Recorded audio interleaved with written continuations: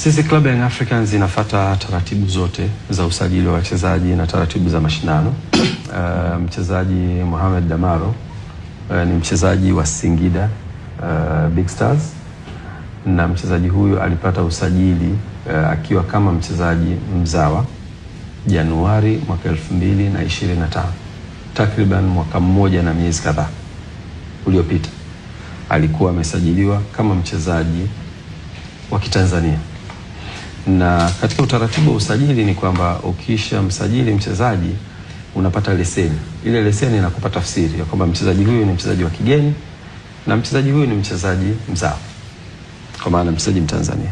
Kwa hiyo leseni ya Mohamed Damaro inasoma kama mchezaji wa Kitanzania kutoka Januari 2025.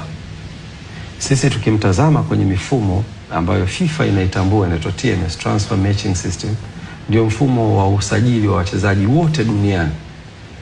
Mfumo ule unamtambua Mohamed Damaro kama mchezaji wa Kitanzania. Kwa hiyo sisi wakati tunafanya program zetu za kitimu na tunasema tunahitaji mchezaji huyu na huyu na huyu, tukiweka maanani ya kwamba wachezaji wa kigeni wanatakiwa 12, Mohamed Damaro kwenye mifumo ya usajili anasoma kama mchezaji wa Kitanzania. Kwa hiyo wakati tunamuomba kutoka Singida mwaka mmoja baada ya kupata usajili huo, kwa maana ya Januari 2026, tulimuomba akiwa mchezaji ambaye anasomeka kwenye mfumo kama mchezaji wa Kitanzania. Kwa hiyo sisi kama Yanga ukituingiza kwenye hilo sakata utatukosea. Mchezaji huyu alikuwa anatambulika kama Mtanzania mwaka mmoja uliopita. Na zaidi ya hapo,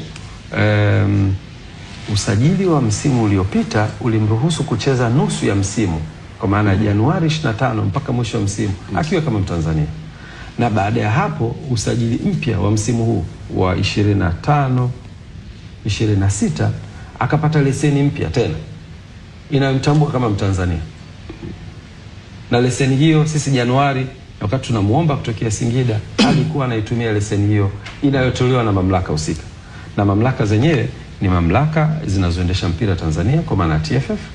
Lakini kabla tunarudi nyuma, tunaona akiwa na pasipoti ya Tanzania na tunamuona akiwa ametajwa kwenye press release kutoka uhamiaji, mamlaka inayotoa utaifa wa mtu ikimtambua kama Mtanzania.